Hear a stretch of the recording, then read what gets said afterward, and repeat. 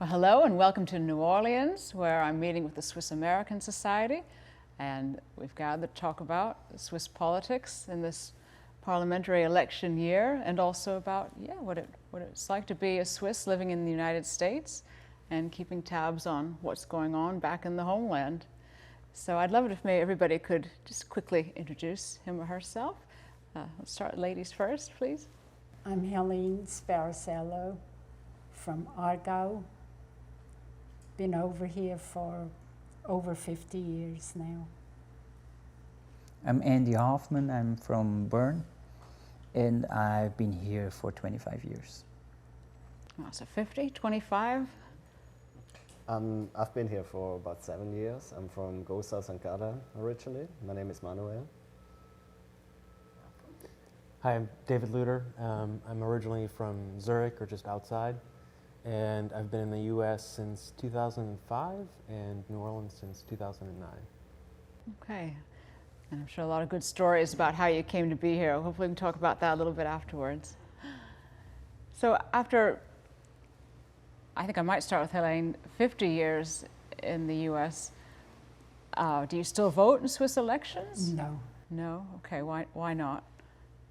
we just never have enough information, it seems like. I don't have a computer, so I can't get on that.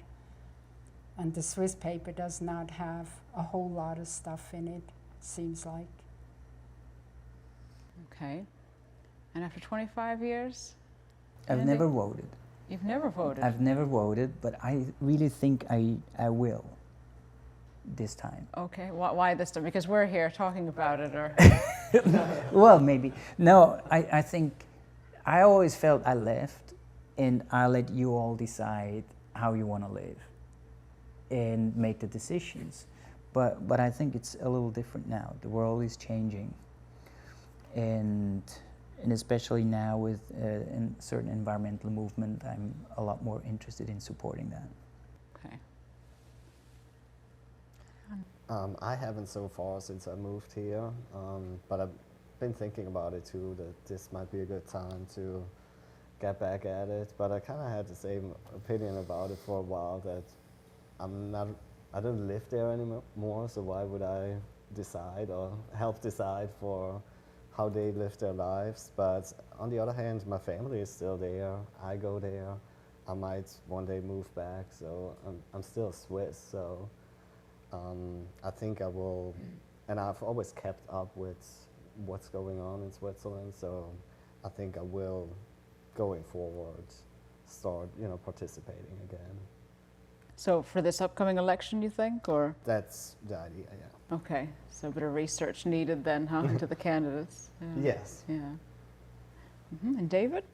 Well, let me preface my answer by saying this. I mean, I still keep up. I read two daily newspapers, German-speaking newspapers. So I mean, I feel like I'm keeping up, but I feel the same way as the others have so far. Apparently, opinions are changing, but I just felt like it'd be weird for me to vote when I'm not living there. I feel like, I'm voting in now for the last 5 years. I can vote in the U.S. elections and things like that. So I feel like I want to continue to leave it up to the Swiss living in Switzerland to make decisions for Switzerland.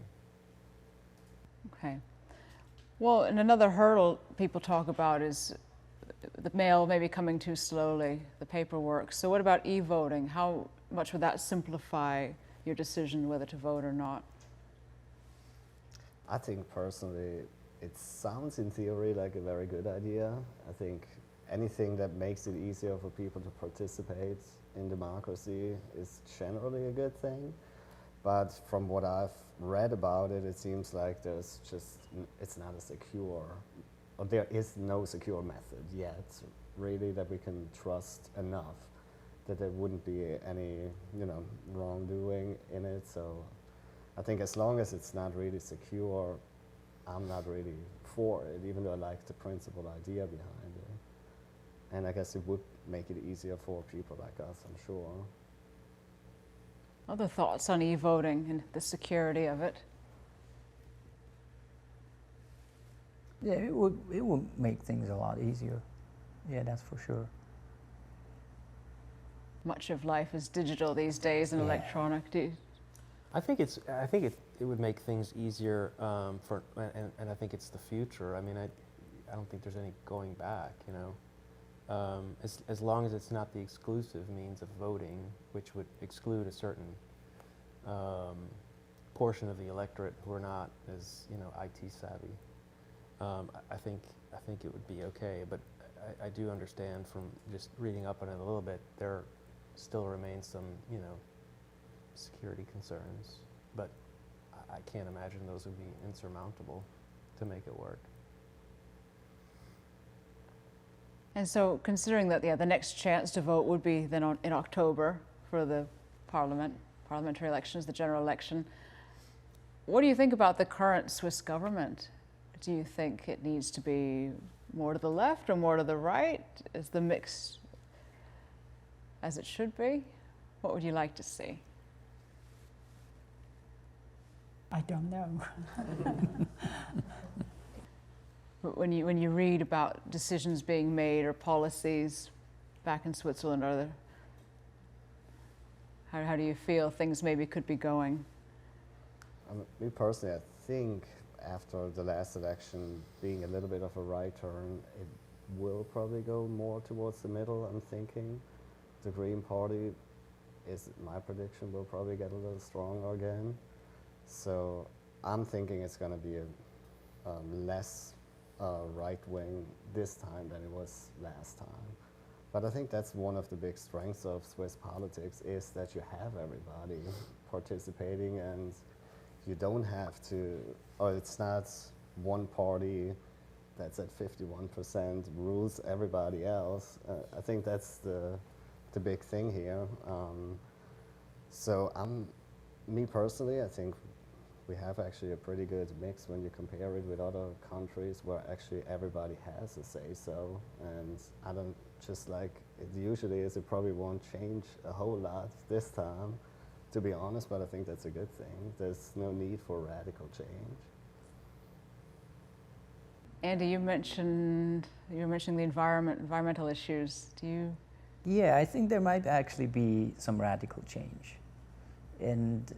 And that makes me more interested in voting, that there could be a radical change towards environmental topics being in the front, and force other parties to actually include environmental protection and climate change into their policies. And I think that's important. To me, that was a missing piece. Even when I lived in Switzerland, for me the government was way too far to the right for my taste. So I think I see an opportunity there, that there's some significant change. I think it will be the future, and like you say, it's other parties will have to jump on the bandwagon too, I think. And I mean, you see it in certain countries already. The Green Party is kind of a victim of their own success, because other parties have some of the same policies.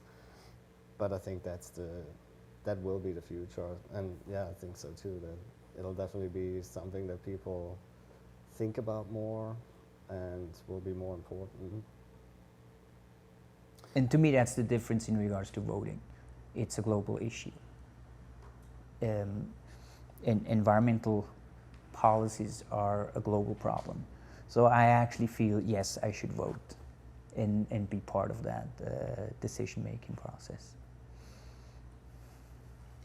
So just a general observation that bothers me a little bit about the state of Swiss politics, and it seems to like it's not as extreme as it is in the U.S., where you have, you know, very extreme positions and polarization that comes with it. It kind of doesn't really help the dialogue, and I've just been observing that at various levels in Swiss politics as well, and I think that's a really regrettable thing, because it doesn't really add to the discussion. It doesn't help with solutions, and I wish, in a way, you know, you were talking, should it be more left, should it be more right? I feel like you've got both extremes, but you're sort of missing a solid, no-nonsense middle. And I think that's still very important, especially for Switzerland, where a lot of things are based on, you know, good old compromising and, you know, finding middle ground. Do you think, though, the Swiss government compromises enough or too much when it comes to negotiating, say, with the European Union?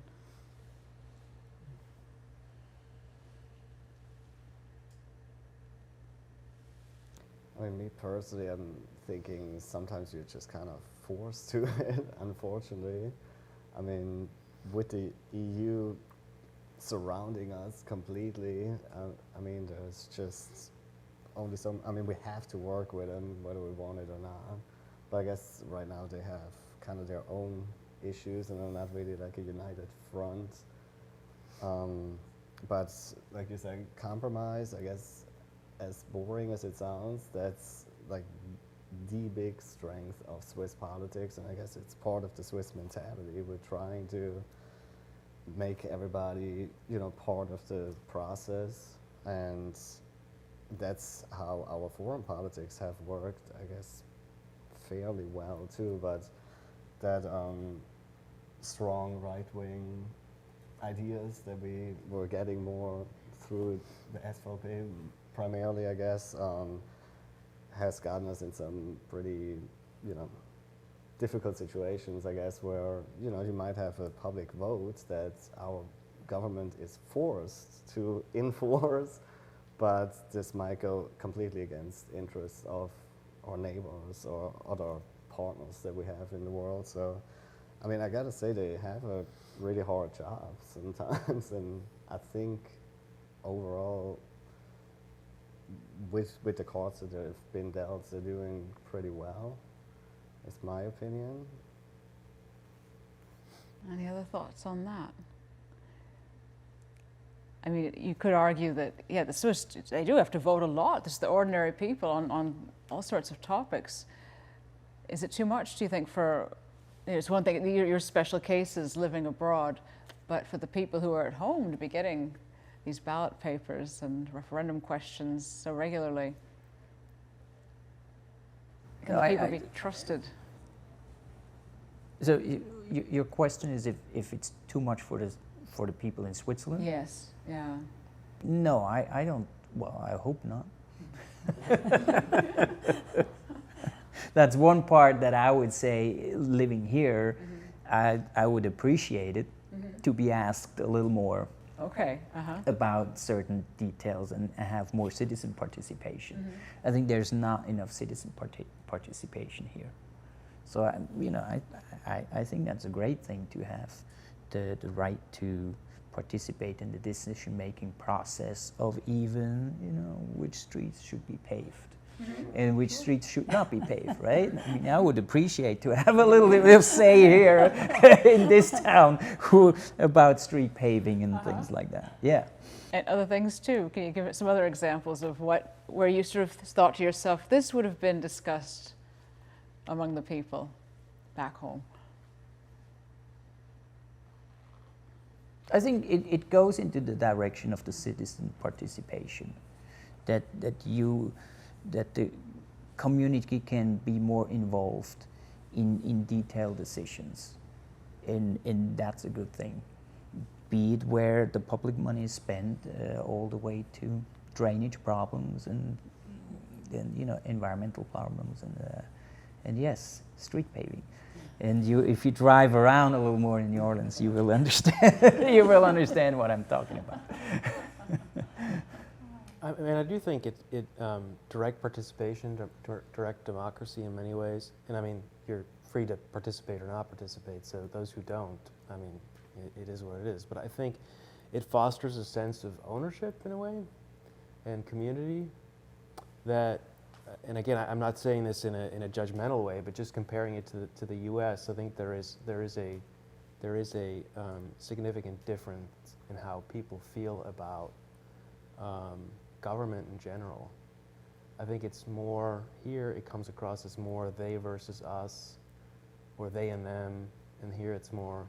Or in Switzerland, it's still there's more of the they and us, but I think there still also is an us, which is collectively for everybody. And I think if you choose to participate in Swiss democracy in the way that it's designed, I don't know that it works everywhere. It's obviously a very small country, but I think it's worked fairly well, and it requires that people actually participate. And regrettably, I think we're well under 50% participation at this day and age, and I think have been for decades. Yeah, I mean the number, it is interesting always to see the percentage of participation. I think it's often made more like even 35, 40%, depends on the time, but yeah. Should it be a requirement? I don't know these numbers, it is for the parliaments, for the elections? Well, more or for more referendum actual vote? questions. Oh, okay. I don't know what the think for- stat would be for Yeah, I think elections. for That might be parliamentary higher. elections, it's a little higher. That should Okay. hopefully be higher, yeah. I mean, should it be mandatory that you vote? If you have the right, should it be? My father used to pay a fine when he didn't vote. Really? Yes. You didn't show up for election and you got a fine and a letter in the mail. Really? You had to pay, yes. And about how much was it? Did it Oh, seem? not a lot, No. but just so that you should go in. Helen, that was in Aargau? Yes, I think some cantons still do that. probably I heard on that about Schaffhausen. like community Yeah. things, that had to do with the community. That's really interesting. It's a lesson in civics, isn't it, to say if Yes. someone hasn't participated. What do you think your father would say about how the Swiss political system is working these days and the current government? Well, I think he would like it, but he just never was too much on going and doing his job. That's really what it should be. It's your job to go and vote. To inform yourself and... Yeah. Mm-hmm. And in the time you've been here, watching from afar, how would you say the political climate has changed in Switzerland? I don't really know. We don't talk about it when I call home. But even things like, I mean, not specifically who's in office, but more, let's say, how migration is being handled. That presents a problem for the people over there, I think. And I don't know what the solution would be, but they feel like they have to take in people, and then they have towns where they have more immigrants than they have Swiss living, almost, from what I hear. Any other thoughts about how the arrival of migrants is being handled, both within Switzerland and the EU? How do you think they're coping? I mean, I'm not there anymore, so it's hard to tell, but from what you hear, it's definitely a source of conflict between the Swiss people too. How do you handle that? And I guess it's all over Europe, and we see it here too. I guess there's a backlash of, a lot of, how can I say, not so migrant-friendly parties getting stronger because they have a voice for people that are there and they want to be heard. And I guess it's understandable to a certain degree that you fear that your culture might change if you have too many other influences in there. I guess I kind of understand the thought process. Now I'm a foreigner too now, so and I guess here in this country, America has, I guess, been founded on immigrants basically, so people might view it a little differently, the melting of cultures. But yeah, I think that's definitely a big source of conflict, and is probably one of the biggest challenges, not just for Switzerland, but all the neighboring countries as well. And I don't really have a solution for that. I think we just need to be very careful, or the Swiss, including us, the country as a whole, and how, you know, I think there's something to be said about treating, for instance, asylum seekers or, you know, immigrants generally, as, you know, not as a source of potential criminality or mischief or whatever it is, or, you know, and I will tell you, when I was working for the Swiss courts, I mean, the Swiss immigration laws are very strict. They continue to be very strict. They're very strictly enforced, and frankly, most of, you know, the typical asylum seekers, they're being sent back at some point. But I think it's important that while they're in the country, they're treated fairly, and, you know, that they have their basic needs met. And I mean, from what I can tell, I mean, there's been some movement from the right, especially, where they're basically contending that if we make the conditions tougher, it disincentivizes people from coming. And I just think that's something that's been done for many decades in Europe as a whole, and in Switzerland also, and it doesn't work. People still come, and I think we as a society need to make sure that we're treating people, you know, fairly, you know, including putting a roof over their heads while they're in the country, even if they at some point have to leave. I think it just, as the character of Switzerland, I mean, I think we owe that to the world, being, you know, for the most part, really well off. Any other thoughts about a Swiss obligation to take in those who are less fortunate? Well, Switzerland always brags about the social image that they have, and all the way to original, and I think it's an obligation. And I always feel the only thing we have to do is picture ourselves that if you leave your country and then somewhere board a raft with a high chance of losing your life with your family, and you board that raft, cross the Mediterranean, and then walk a few thousand miles, to be able to do that seems to me that person has, first of all, an incredible strength, and second, must have somewhere have a lot of hardship where they come from to actually take that journey. And I think that's what we have to look at, and that should, you know, create an immigration policy. And as long as there's social injustice the way it is in the world, there will be migration. And I also believe that we're only at the beginning of migration, because there's already now, we have parts in the world where it's very close that you will not be able to live. Now in India, they have temperatures where you might, in very short time frame, not even be able to live. So that will create migration. You already have migration from South America, and who knows, even in New Orleans, you know, are we going to be able to live here in 80 years from now? We don't know. So we might be migrants ourselves.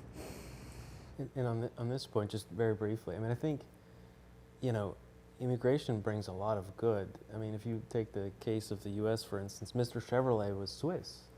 You know, Steve Jobs was half Lebanese. You know, the list goes on and on. I think they're a great source of innovation, and from wherever they are, and they tend to be highly motivated, hardworking, and so I actually think it's a tremendous opportunity if it's done right, whatever that means. I guess a big challenge probably is how can you actually integrate people in the society so it's not, you know, that they actually have a chance to, you know, make a living and so on, and really become part of the society. You know, taking somebody in and then really having a level playing field, I guess, are two different things. And if you have that, then I guess, yeah, it can really be enriching. And how do you feel about the welcome or lack of a welcome perhaps that you received upon coming here. What was it like when you came, and what sense did you get of how Swiss people were perceived by Americans? I had no problem. I came over and met a few people from Switzerland and hung around with them, and we had no problem.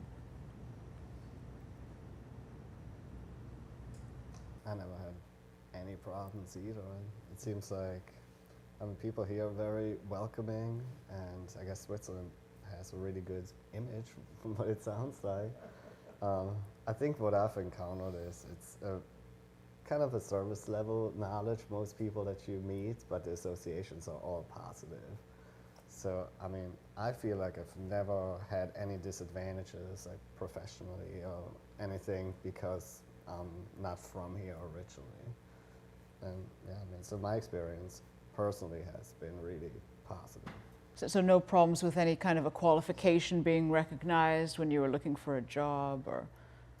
I mean, initially, I guess it was kind of harder to get into the workforce, but once I found a job that was, I guess, a little more entry level than it would have been back home, because that is true. Like the apprenticeship that we are also proud of is something that Americans mainly just don't really know about, so it's hard to sell that, especially when you're not in a interview situation. You have to somehow explain that in a resume. So I guess that part, the initial part, was a little harder, but once I actually got a chance to work, I felt like I've gotten recognized immediately. I mean, I never felt like I was treated differently than anybody else, so that was a really positive experience. When you came? Well, you know, from the standpoint of people, that was never a problem. That was never an issue. Everybody in New Orleans was welcoming. But going through the immigration process and going through a full official immigration process, not marry into citizenship or anything like that, was a long, hard, and exhausting process. And it created, for me personally, it created an understanding what immigrants go through. And I had, you know, many advantages. I was fluent in English, so I was able to navigate whatever had to happen. But it's a hard process, yes. And that was, you know, towards the end of the 90s. So that was before 9/11. So I can only imagine that now the process is even harder. Well, how was it in 2005 when you came? Well, so in 2005, I came to go back to law school, and so I was initially on a student visa for 2 years until I had my American JD, and then during that time I met my now wife, and so it's a lot easier when you're married to an American. So I think I cut quite a few corners, but still, I mean, and I'm not, again, not saying this in a judgmental way, there's still a process and a lot of hoops that you have to jump through. I remember when they told me that they were going to run all sorts of blood work on me. They test you for everything under the sun. I think I got a bill for like $1,000.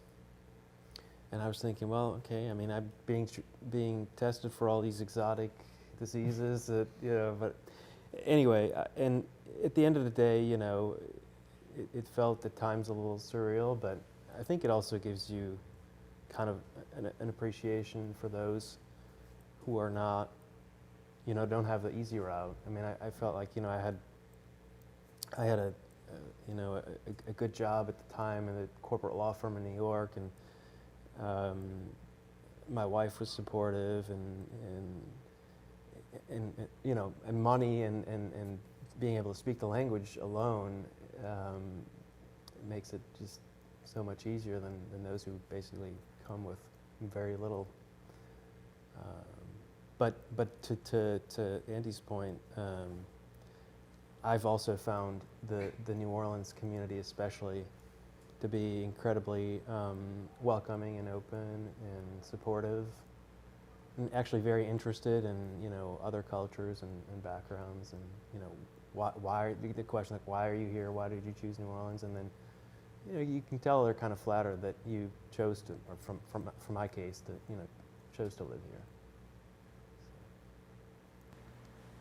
And what's something that you feel works better here than back in Switzerland? Because I remember you saying earlier you sort of wished here that at least you could vote on whether a road is going to be paved or not. But in the other direction, other side of the coin, what is better here?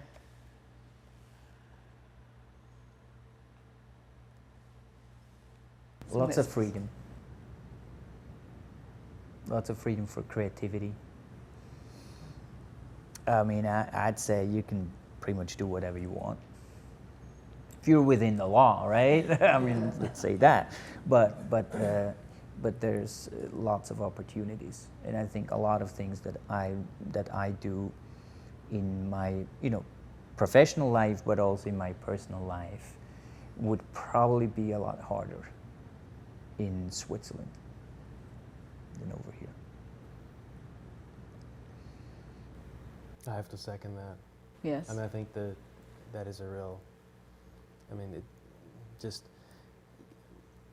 does feel like in some ways Switzerland, both at the municipal level, state level, or canton level, and the federal level, tends to be a little on the nanny state side.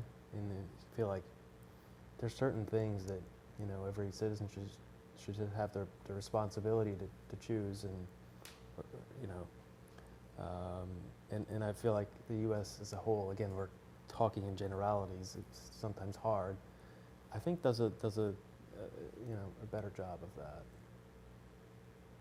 You mean where they don't cut off your washing machine at 12 o'clock? That would be, yes, that would be. Yes, they do. There are many unspoken rules, I think, in Swiss society too. That would be one of them, where, you know. Is it no flushing after 10 p.m.? Is that correct? No showers before 8. You know, things like that. It'd be hard to go back over there to knuckle under, so to speak. The last bit from Manuel, last point maybe on something that's better here. One thing, I didn't personally experience that, but from when I talk to people, one thing I always thought was good here about, it seems like in the school system already that, you know, different things that are not just your main subjects like math or languages are much more enforced. It seems like if you are interested in arts of any kind of music or sports, that you actually have a chance to really get a nice education at a very early age. Like my wife, for instance, she was in the choir and dance team, and that's like one of the best experiences she had, and she actually had a great education in that. That was one thing that us back home, that was outside of the school system. You had to do that yourself and find a way, and of course it was harder to find time because you had regular school, and here it is actually part of your schooling. I always thought that was great that gets actually encouraged. Yeah, and I've experienced that through my son. You know, when I went to kindergarten in Switzerland, all I wanted to do is draw, right? That was a problem. That was a big problem. That was so big a problem that my mom had to come in. And they did everything possible that I would not draw every day. Whereas my son here, when he would, already in second grade, they recognized that he has artistic talent. He would immediately be part of Gifted in Arts, and all the way through, he eventually went to art college and he's an artist. But a big part is that the education allowed this, in that he would always be supported. And then New Orleans has a tremendous art school, the Center for Creative Arts. So yes, I can totally say what you say. It makes an enormous difference. I'd like to thank everybody who sat in the hot seats, and I'd also just like to open up the floor to any comments on what we've talked about from those who've been good and patient listeners. Anybody have a comment maybe on whether it's something that you think is better in the system here, or something that you miss from Switzerland? Well, I thought the whole discussion about immigration is really interesting. And I remember visiting, I don't know, 7 years ago, 10 years ago, when the posters with the sheep were up and the black sheep being kicked out and all that. And of course, now this is such a ridiculously overemphasized topic in the U.S., or at least from my standpoint it is. So, you know, I don't know where Switzerland's, I mean, they did change the laws, but that doesn't address the problem of refugees from other countries, right? And so I don't know quite where things stand on that at this point. I know, you know, in towns like Geneva, they've got a whole bevy of people who come across from France every day, and Geneva needs that, right, to function as a economy. So it's just interesting to me how this has all worked out. But the other part of that being that there's not one party that can sort of dictate everything like it is here in the States, which is, I think, one of our great failings in the United States, is as soon as they have a one-vote majority in the House and the Senate, you know, it's like, forget about what anybody else wants, and we're not here to represent the people, but we're here to represent our specific base. And that's one thing I think it seems like the United States could really learn from Switzerland, is how to compromise and work together again, right? Because you're forced to do it under the Swiss form of government. I don't know what that, I guess it's a comment, not a question. Yeah, yeah, comments, yes, please. I'm interested in any more comments. See, I thought it was interesting when Andy was saying that, you know, at some point, who knows, we may not be able to live in New Orleans, and that was a really interesting thing, because, you know, after Katrina, when we went other places, they called us refugees, but we were in our own country. So it really is, you know, I mean, it's such a hot topic now, but really and truly, a day could make a difference in anybody's life, you know, trying to go anywhere. And then I also thought it's really interesting when y'all were all talking about that you had virtually like no problems from people immigrating here, that how it is so different for other people who come here who have nothing but problems when they're trying to, you know, immigrate or find asylum here. And I mean, it opens up a whole political, you know, a whole nother political discussion on immigration and asylum seekers and things like that, because, I mean, so many of them are not welcome, you know, by our government and by a lot of people. So I just thought it was interesting from y'all's standpoint, you know, how immigration, you know, was for you. And I think immigration changed to a certain degree. I don't believe I was treated different as a Swiss person compared to anybody else at that time. It was a long process, it was a hard process. It was 1,000 times go and give fingerprints, and they lost it, right? And they lost this and that, right?